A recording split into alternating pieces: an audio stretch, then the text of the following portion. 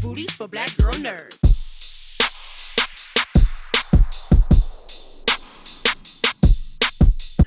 Nice. So, first of all, your performance in this film is phenomenal.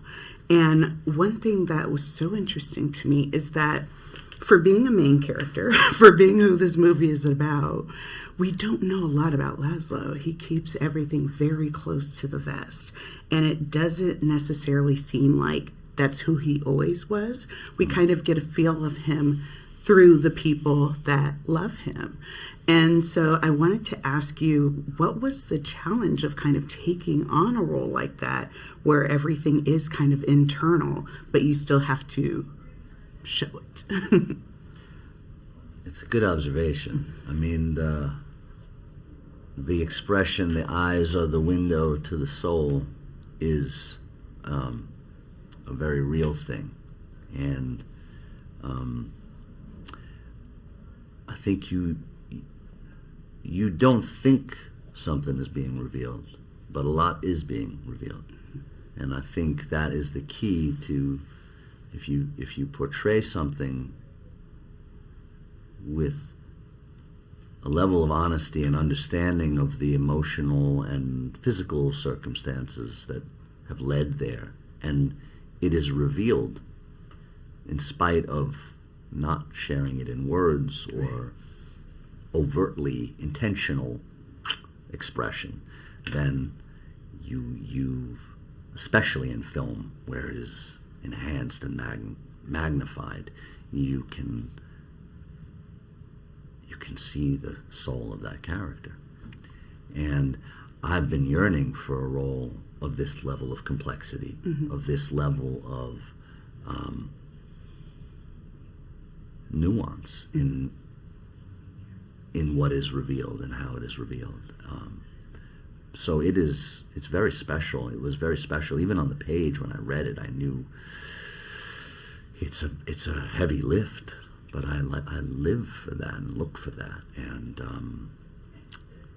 I understand a lot of personal qualities about the character, both from my mother's experiences and my grandparents' experiences fleeing Hungary during the revolution in 1956 and being Hungarian immigrants, and that journey of them being so different. I got some, lingering aspects of that, but it was very hard, and very hard for my grandfather with a very thick accent to kind of, in spite of doing his best to assimilate, as always being a foreigner. Well, I think when we see Erzsébet, when she arrives, she is kind of expecting one type of Laszlo. And then we see Harrison on the other side. I was talking with Felicity and with Guy, and I said it's funny because this is, at its heart, it's about a story about two people who are in love with the same man, and trying to figure out how to get him, how to make it so that he gets himself. There's a moment where Harrison says, "Oh, you're so beautiful." And I thought to myself, I was like, even though it's kind of during this horrific thing, has he ever heard that before? Because even at the beginning, you have a lady that's like, "No, you're ugly." It's just like, okay. But I wonder about the way that affects Laszlo in terms of staying in that situation. It's very interesting. I mean, I think Laszlo, first of all, is very much supported by Erzsébet, is very much her love and strength as a woman and partner enable him to be this unique thing, and to carry on his deep burning ambition as an artist. And that's very moving to me, the fact that she, in spite of her physical disabilities, is this pillar of support for him. And in spite of his complexity and imperfection,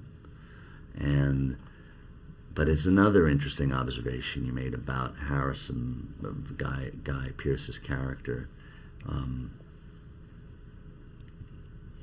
almost his obsessive nature too, and they both kind of she's trying to reclaim him, and but there is something to be said about what Harrison Van Buren is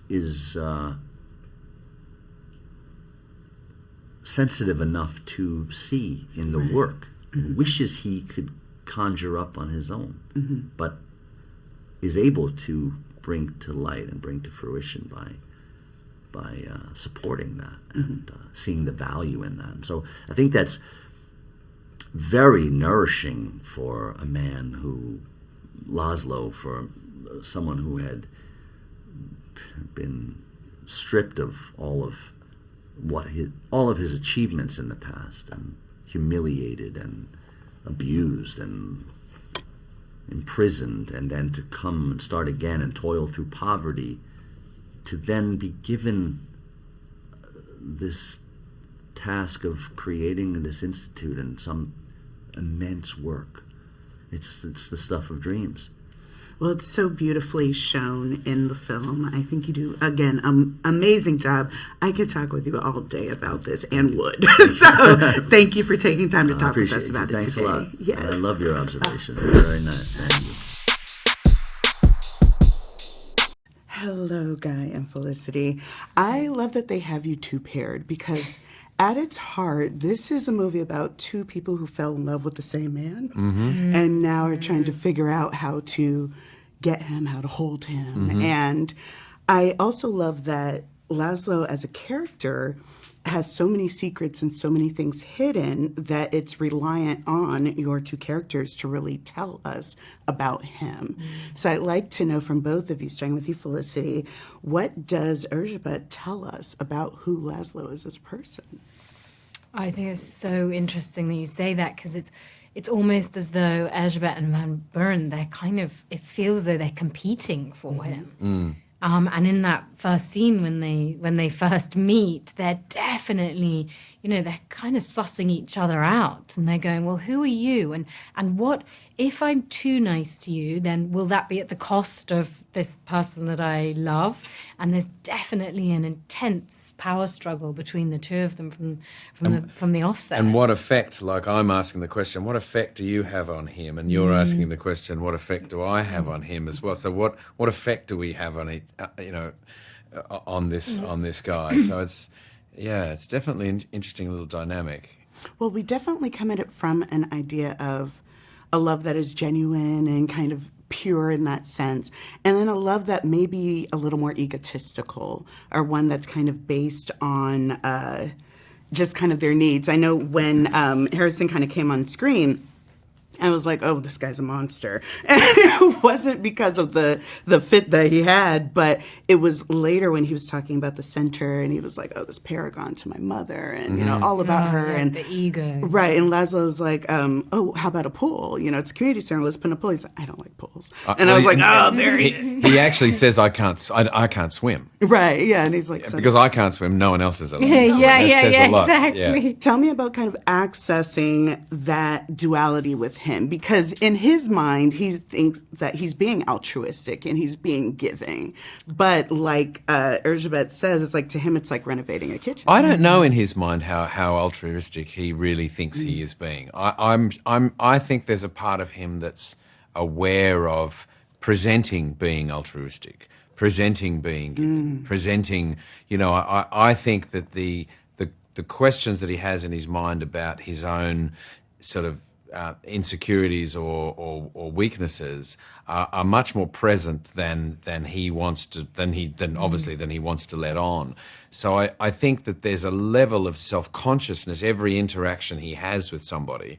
So it's a kind of a deliberate sort of construction of a person constantly, and I think he can be quite intimidated by people very quickly and very easily, but has all these mechanisms to try and deal with that, which she can see through, and fall apart quite regularly.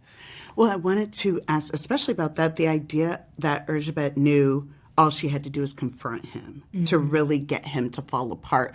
What do you think that says about the way that she's able to read people? Because she knows it's just a matter of how that comes together. I think she has this extraordinary intuition.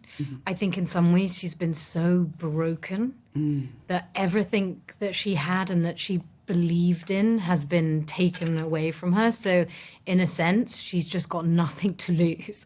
So when she meets Van Buren, it's, you know, you can't hurt me. There's nothing, you can't touch me. You don't even touch the sides. So all she's kind of waiting, she's watching and waiting throughout this second half of the film. And she knows that something's going to go, something's not going to work out. And then she has her opportunity of defying everything that he stands for, because he believes, because he's wealthy, because he has got all the outward shows of power that he can do whatever he wants. And she comes in and says, no, absolutely not. Don't you even dare. How dare you? And you're waiting for that, you know, to bring him down. And most people in Van Buren's life aren't brave enough to do that. No. He scares They're people. all stuck. You know, that's right. They're all stuck. They're all afraid. They're all, you know. Whereas, as you say, you've got nothing to lose. So, bring it on. Yeah. Right? I absolutely loved it. I thought you two gave such strong and powerful performances. You'll have me in my seat the entire time, like, yes, let's go. You don't even notice the time it flew by, and I was wanting more. So thank you so much for taking time to talk. Thank you. No worries. Yeah, good to talk to you as well.